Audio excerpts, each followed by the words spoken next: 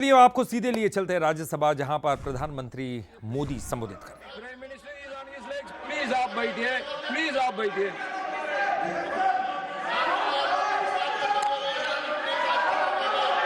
आदरणीय सभापति जी, इस धन्यवाद प्रस्ताव पर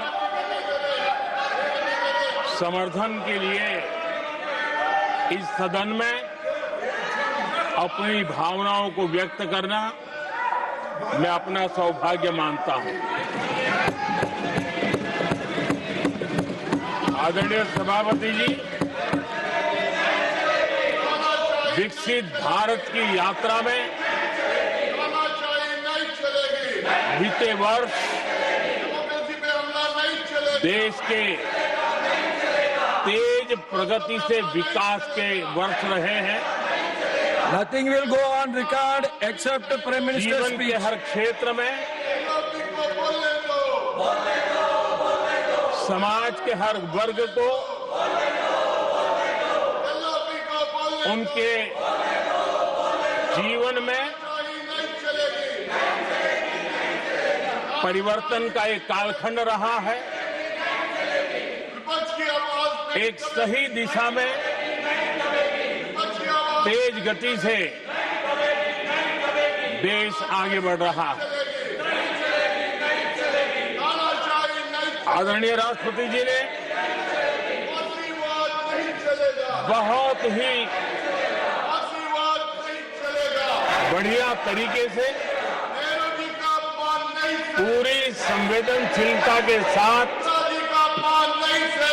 उन्होंने This is not correct. इस विषय को Sit to your seat. हम please. सबके सामने प्रस्तुत किया है। आदरणीय सभापति जी, मेरी एक प्रार्थना है,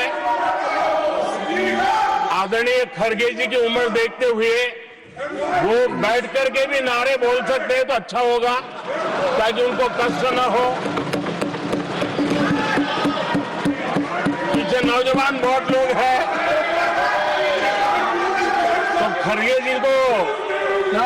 आप बैठते बैठते भी When you are speaking, they are listening. You are नारे listening. बोलने की अनुमति दे दीजिए।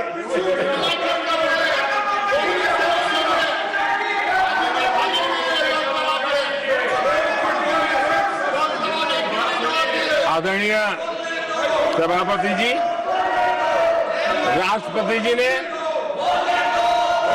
इस देश के मध्यम वर्ग, इस देश के निम्न मध्यम वर्ग, इस देश के गरीब, इस देश के गांव, इस देश के किसान, महिलाएं,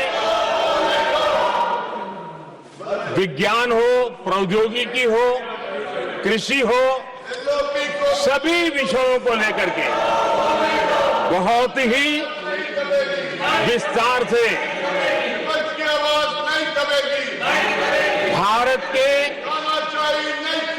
प्रगति का एक स्वर संसद में गूंजा है।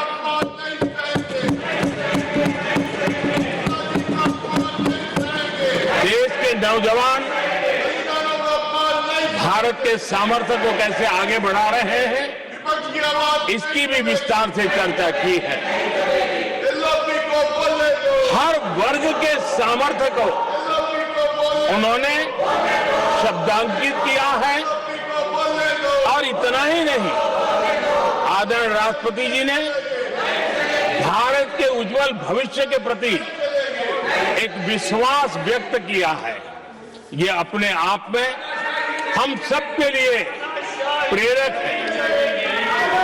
आदरणीय सभापति जी, 21वीं सदी का प्रथम क्वार्टर पूरा हो चुका है, लेकिन ये दूसरा क्वार्टर जैसे पिछली शताब्दी में भारत की आजादी के जंग में दूसरा क्वार्टर बहुत ही निर्णायक बना था। मैं साफ साफ देख रहा हूं कि विकसित भारत के निर्माण की दिशा में ये दूसरा क्वार्टर भी उतना ही सामर्थ्यवान होने वाला है, उतना ही तेज गति से आगे बढ़ने वाला है। और इसलिए आदरणीय सभापति जी, राष्ट्र का हर व्यक्ति ये महसूस कर रहा है कि एक अहम पड़ाव पर हम पहुंच चुके हैं। अब न हमें रुकना है, न हमें पीछे मुड़ करके देखना है। I will not go हमें what you are doing. आगे ही आगे देखना Please है, wait here. I am not going to let गति से you चलना now. है। You please wait here. और लक्ष्य को प्राप्त करके ही हमें सांस लेनी है, उस दिशा में हम आगे बढ़ रहे हैं। Nothing should go on record except the Prime Minister's speech.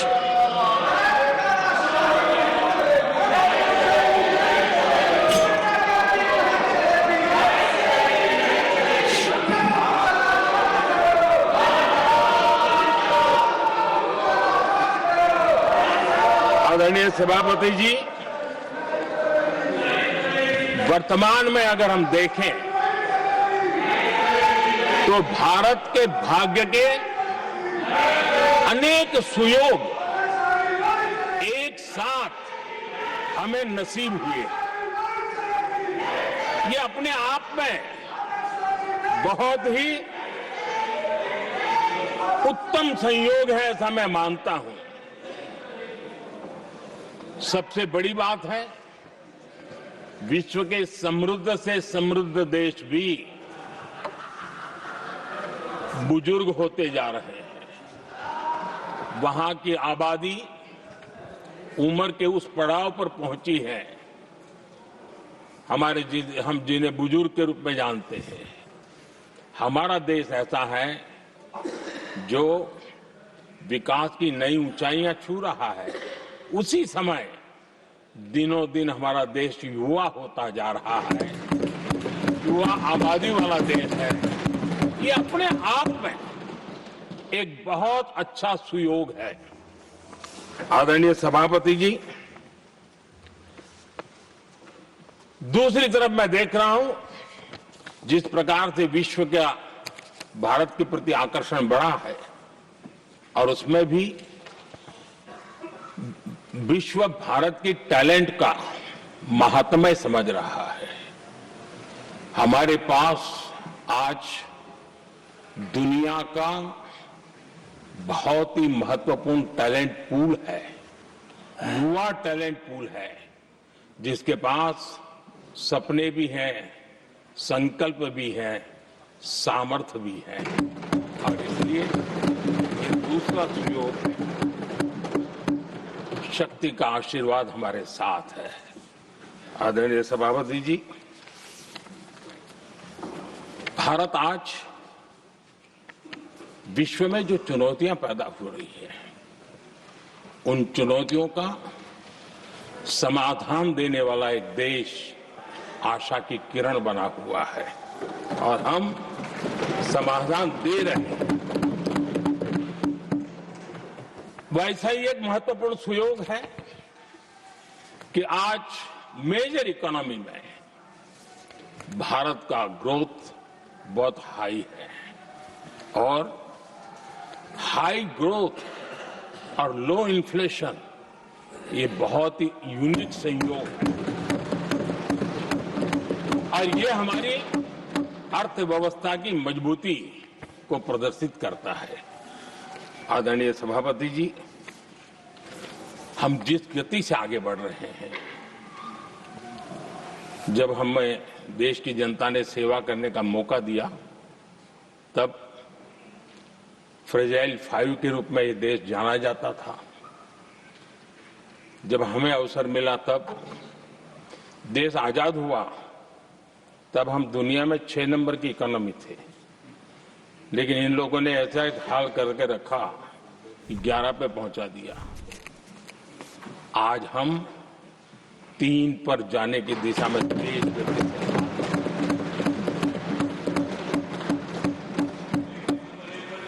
आदरणीय सभापति जी, आज कोई भी सेक्टर देश लीजिए, चाहे साइंस हो, चाहे स्पेस हो, चाहे स्पोर्ट्स हो, हर क्षेत्र में आज भारत एक कॉन्फिडेंस के साथ, आत्मविश्वास से भरा हुआ भारत है।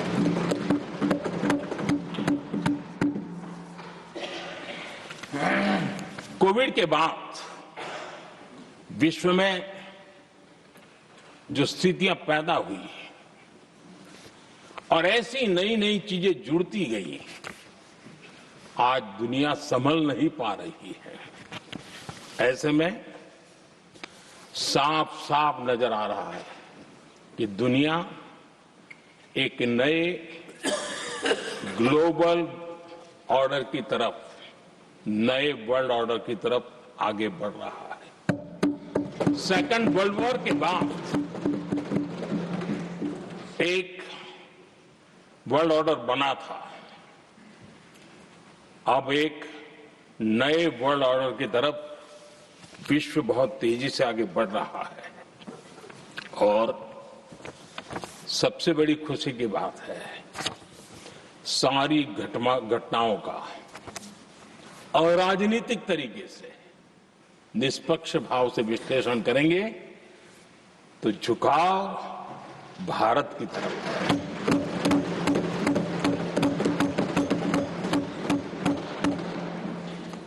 विश्व मित्र के रूप में, विश्व बंधु के रूप में आज भारत अनेक देशों का विश्वस्त पार्टनर बना है और हम कंधे से कंधा मिला करके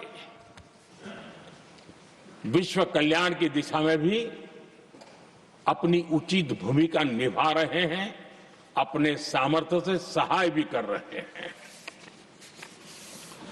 आदरणीय सभापति जी,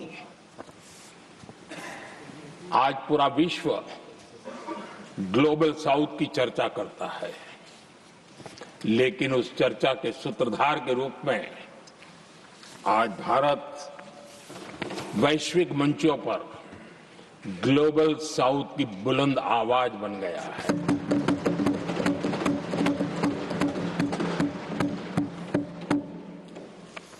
अनेक देशों के साथ आज Bharat future ready trade deals कर रहा है।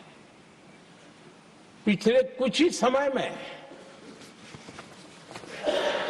दुनिया के महत्वपूर्ण 9 बड़े देशों के साथ 9 बड़े हमारे ट्रेड डील हुए हैं और उसमें मदर ऑफ ऑल डील एक साथ 27 देशों के साथ, यूरोपियन यूनियन के साथ।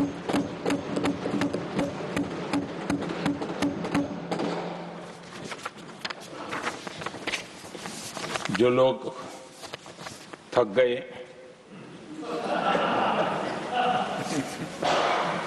बेचारे चले गए,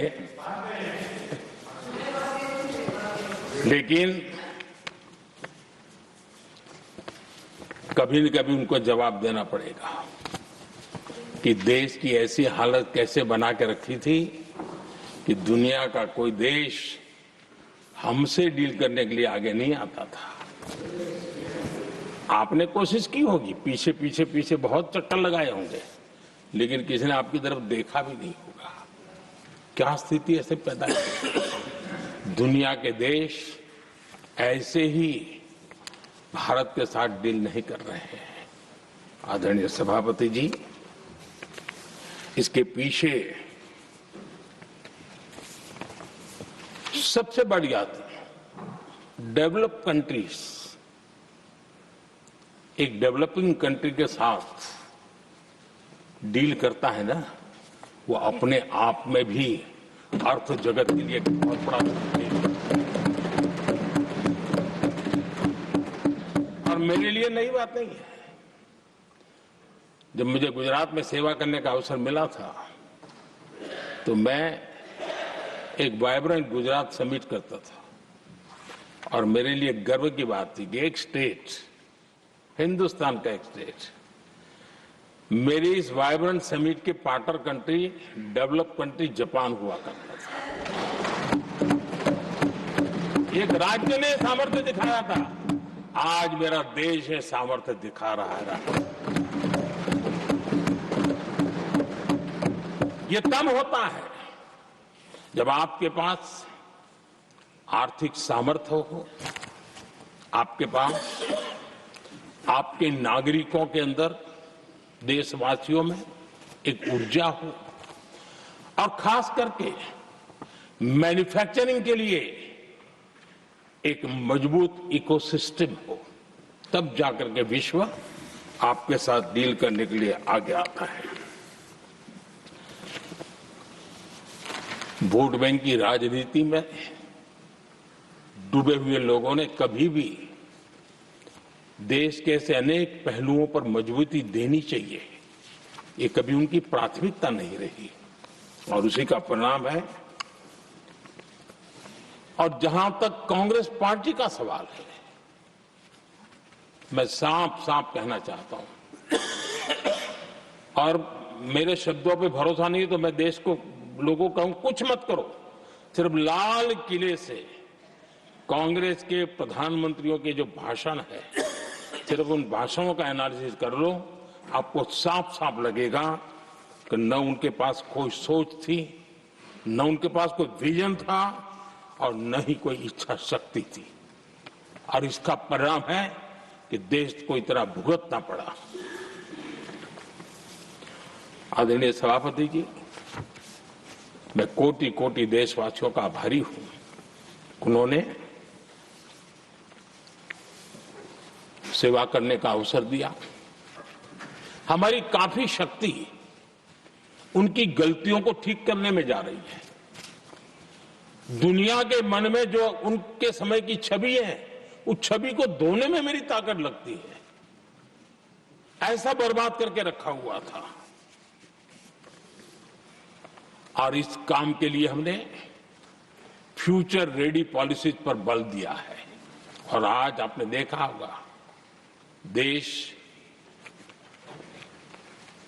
नीति के आधार पर चल रहा है, पॉलिसीज के आधार पर चल रहा है। एडोकिज्म को हमने त्याग कर दिया है और उसके कारण विश्व का विश्वास बनता है। हमने रिफॉर्म, परफॉर्म, ट्रांसफॉर्म के मंत्र को लेकर के आगे बढ़े और आज स्थिति ऐसी है कि देश रिफॉर्म एक्सप्रेस पर सवार हो चुका है।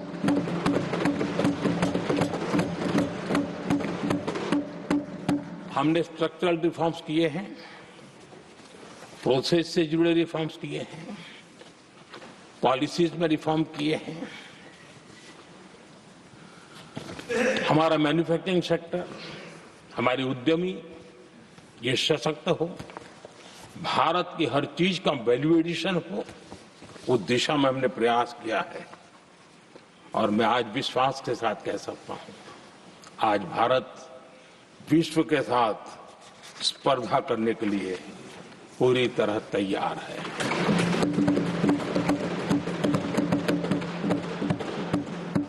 जब मैं विश्व के सीईओ फोरम की समिट देखता हूं, आज दुनिया हमारे उद्यमियों को समानता के रूप में देखती है।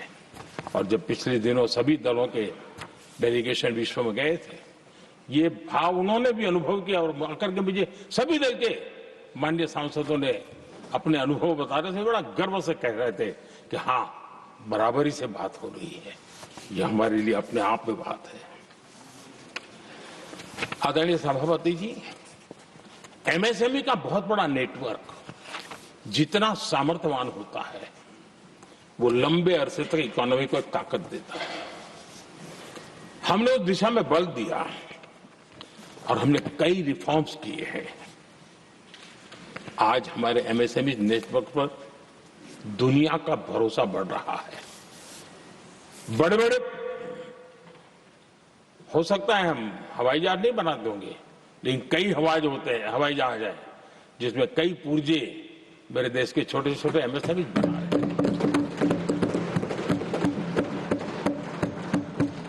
आदरणीय सभापति जी, देश में हुए इन प्रयासों का नतीजा सबके सामने है। बड़े बड़े देश भारत के साथ व्यापारिक संबंध बनाने के लिए बहुत ही आतुर है। यूरोपीय संघ का ट्रेड डील हो, अमेरिका के साथ अभी हुआ जो ट्रेड डील हो, और कल हमारे पीयूष जी ने सदन में विस्तृत जानकारी भी दी है, और पूरा विश्व खुल करके इस ट्रेड डील का तारीफ कर रहा है। और उसमें जब यूरोपियन यूनियन के साथ ट्रेड डील हुआ तो विश्व को एक भरोसा हुआ कि अब वैश्विक स्तर पर स्थिरता की संभावना बढ़ेगी। अमेरिका के साथ ट्रेड डील होने के बाद विश्व को और भरोसा हो गया कि जो स्थिरता की एहसास हो रहा था, अब गति का भी एहसास होने लगा है। अब विश्व के लिए शुभ संकेत है। आदरणीय सभापति जी, इसका सबसे बड़ा लाभ हमारे देश के नौजवानों को होगा। और जब मैं नौजवान कहता हूं तो उसमें मध्यम वर्ग का भी नौजवान होता है, शहर का नौजवान भी होता है, गांव का नौजवान भी होता है, बेटा भी होती है, बेटी भी होती है। और इसलिए उसे टुकड़ों में न देखा जाए। मेरे देश के युवा के सामर्थ्य का हमें गौरव करना चाहिए, और उनके लिए पूरा विश्व बाजार अब खुल चुका है। अब उनके लिए अवसर ही अवसर है। और मैं उनको कहता हूं, आइए दोस्तों, मैं आपके साथ कंधे से कंधा मिला करके खड़ा हूं। हिम्मत कीजिए, बढ़िए। देश आपके साथ खड़ा है और दुनिया आपका स्वागत करने के लिए इंतजार कर रही है।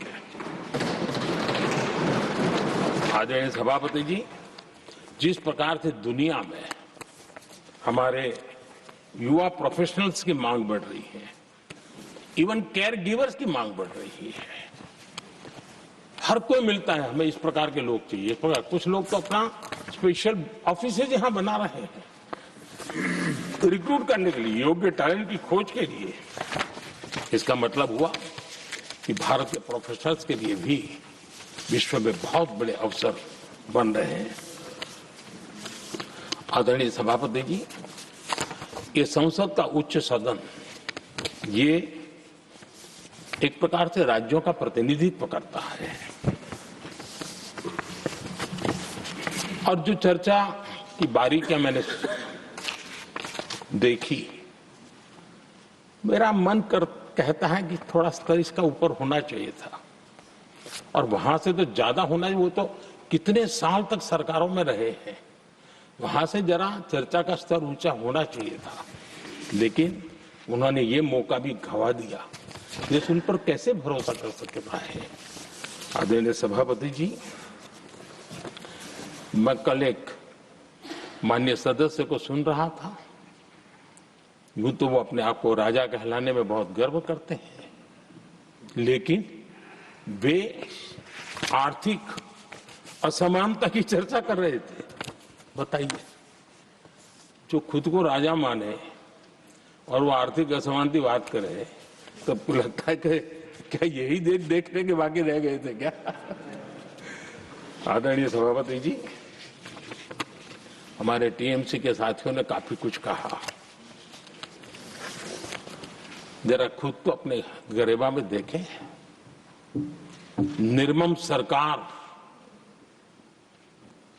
पतन के जितने भी पैरामीटर्स हैं, उन सब पैरामीटर्स में नए नए रिकॉर्ड बनाते जा रहे हैं, और यहां उपदेश दे रहे हैं। क्या हाल करके रखा हुआ है। ऐसी निर्मम सरकार से वहां के लोगों का भविष्य अंधकार के अंदर डूब रहा है, लेकिन इनको कोई परवाह नहीं है। सत्ता सुख के सिवाय कोई आकांक्षा नहीं, और वे यहां उपदेश देते हैं। घुसपैठ, दुनिया का समृद्ध से समृद्ध देश भी अपने यहां गैर कानूनी नागरिकों को बाहर निकाल रहा है। हमारे देश में घुसपैठियों को बचाने के लिए अदालतों को तब तक प्रेशर पैदा किया जा रहा है। मेरे देश का नौजवान कैसे ऐसे लोगों को माफ करेगा जो घुसपैठियों की वकालत करने के लिए ताकत लगा रहे हैं? और घुसपैठिए मेरे देश के नौजवानों के हक छीन रहे हैं, उनकी रोजी रोटी छीन रहे हैं, आदिवासियों की जमीन छीन रहे हैं, बेटे बेटियों की जिंदगी पर खतरे पैदा हो रहे हैं। लेकिन उनके लिए महिलाओं पर अत्याचार होते रहे। सत्ता नीति के सिवा कुछ करना नहीं, और वो यहां पर हमें उपदेश दे रहे हैं। और ऐसे चिंताजनक सभी विषयों पर आंखें मूंद करके बैठे हुए वो लोग हैं।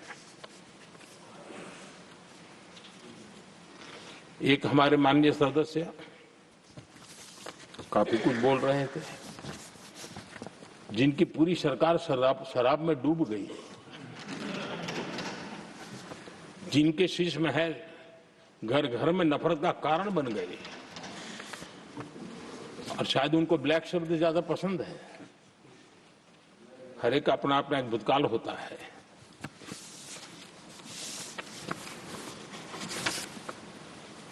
पता नहीं ब्लैक के साथ उनका क्या पुराना रिश्ता है। आदरणीय सभापति जी, ऐसे सभी साथियों से मैं आज जरूर कहूंगा, तुम कितना दुनिया को धोखा दोगे, तुम कितना दुनिया को धोखा दोगे। आईना देख लिया तो अपनी सच्चाई कहां छिपाओगे।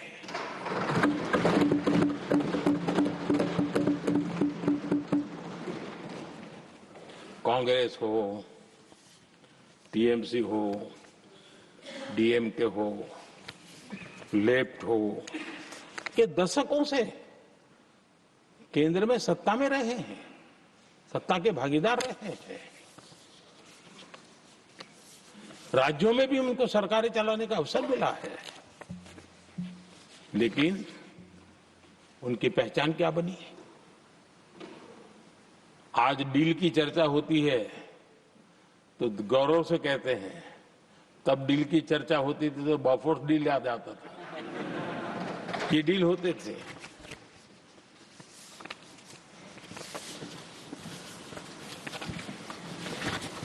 उन्होंने सिर्फ जेब भरने का काम किया। नागरिकों के जीवन में बदलाव आना उनकी प्राथमिकता नहीं थी। आदरणीय सभापति जी, मैं कुछ उदाहरणों के साथ भी बात बताना चाहता हूं, क्योंकि यहाँ चर्चा में ये सारे विषय आए हैं और इसलिए मुझे कहना बहुत जरूरी है। अब एक उदाहरण देता हूं मैं बैंकिंग सेक्टर का। बैंकिंग सेक्टर एक प्रकार का अर्थव्यवस्था की ग्रिड होता है। 2014 से पहले फोन बैंकिंग का कालखंड था। नेता के फोन जाते थे और उसके आधार पर करोड़ों रुपया दे दिए जाते थे, और गरीबों को तो बैंकों में दुत्कार मिलती थी, नफरत होती थी। देश की 50% से ज्यादा आबादी बैंक के दरवाजे तक नहीं देख पाई थी। कांग्रेस के नेताओं के फोन पर अरबों रुपये लोगों को दे दिए गए, और जो ले जाते थे वो अपनी पर्सनल प्रॉपर्टी मान करके पैसे हजम कर जाते थे। यही खेल चलता रहा। कांग्रेस और यूपीए के राज में, और आज जो इंडी अलायंस बन करके बैठे हैं, उनके राज में बैंकिंग व्यवस्था तबाही के कगार पर खड़ी थी। मैं नया प्रधानमंत्री के पद का दायित्व मुझे मिला। मैं एक देश के मुखिया से मैं मिला, ऐसे ही बात कर रहा था। मैंने कहा बैंकिंग की दृष्टि से हम कुछ आगे बढ़ना चाहिए। उन्होंने कहा पहले एक बार साहब जरा, अभी आप नए नए हो, आपके बैंकों की व्यवस्था का अध्ययन कर लीजिए। हम कैसे हिम्मत करें? एक देश के नेता ने कोई ये जानकारियां थी, उसने मुझे बताया, यहां इनको कोई परवाह ही नहीं।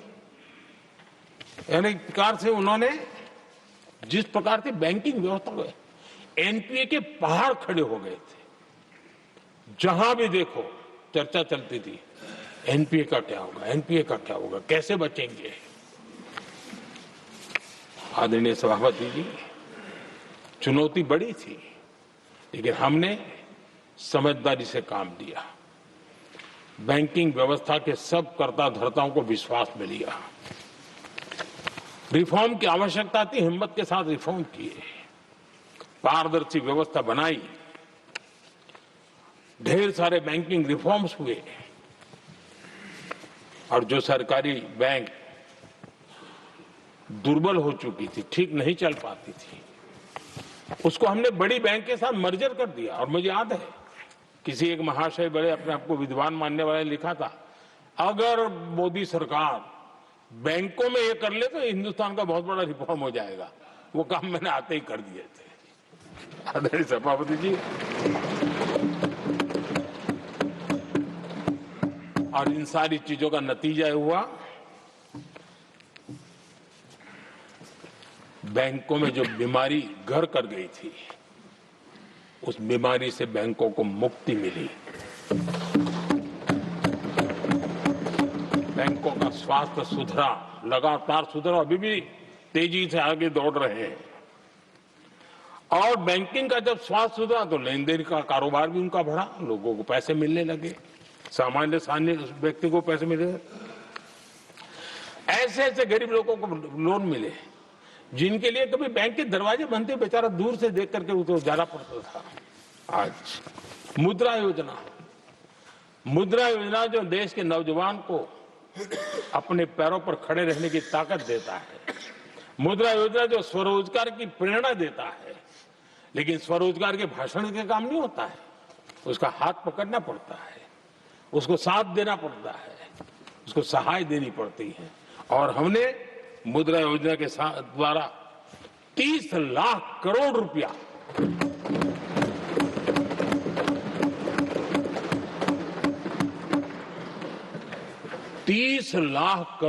से ज्यादा लोन मुद्रा योजना के माध्यम से और बिना गारंटी देश के नौजवानों के हाथ में दिया, और उन्होंने अपने कारोबार को आगे बढ़ाया। और गर्व की बात है, उसमें बहुत बड़ी मात्रा में माताएं बहनें भी हकदार बनी, लाभार्थी बनी।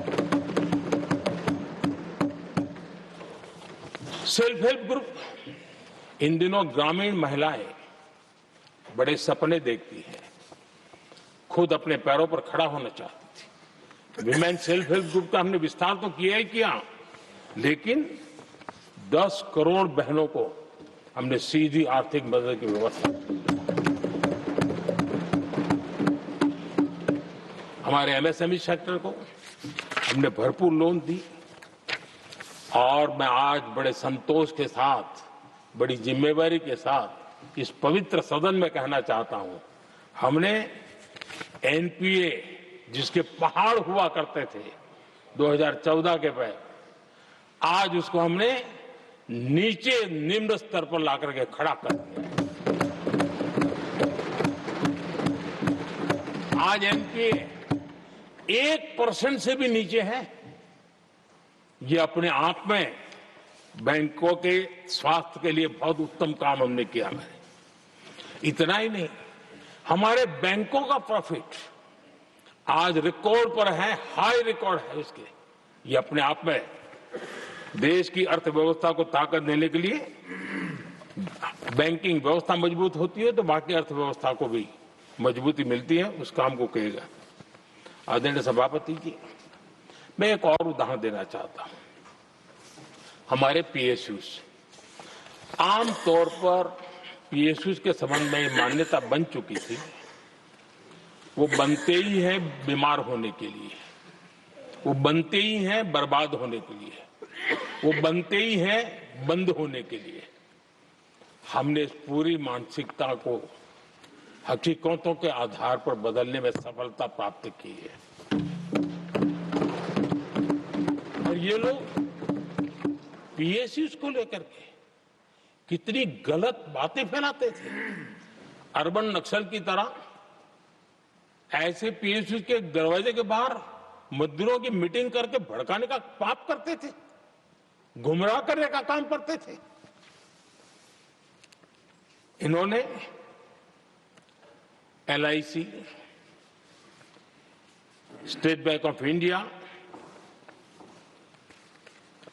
और भी एचएएल, ऐसे हर एक को बड़ा भला बुरा और इतना भद्दे तरीके से, जब उनकी सरकार थी तब तो ये इन चीजों को संभाल नहीं पाते थे, उसको कुछ कर भी नहीं पाते थे। आदरणीय सभापति जी, हमने इसमें भी हिम्मत दिखाई। हमने पीएसयूज के संबंध में भी रिफॉर्म्स किए, रिफॉर्म्स की एक लगातार परंपरा चलाई।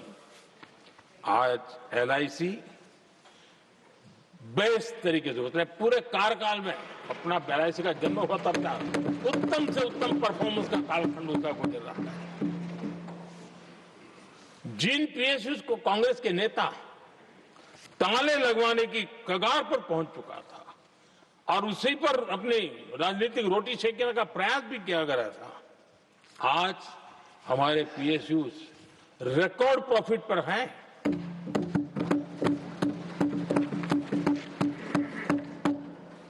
इतना ही नहीं, वे अपने परफॉर्मेंस से मेक इन इंडिया को भी गति दे रहे हैं। मेक इन इंडिया का जो सपना है उसका पूरा करने में वे भी एक बहुत बड़े कैटलिक एजेंट के रूप में आज भूमिका अदा कर रहे हैं। रिकॉर्ड संख्या में रोजगार बना रहे हैं। इतना ही नहीं, हमारे कुछ पीएसयूज आज विश्व के अंदर जा रहे हैं, विश्व में भी अपनी ताकत दिखा रहे हैं।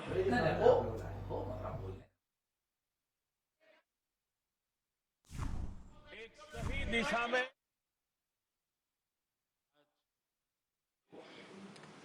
बहुत बड़े बड़े ऑर्डर देश से भी और देश के बाहर से भी मिलने लगे हैं। ये अपने आप में मैं जो कहता हूं ना, एक बहुत महत्वपूर्ण पड़ाव पर ये देश 25 साल है, उसका संकेत यहां नजर आता है।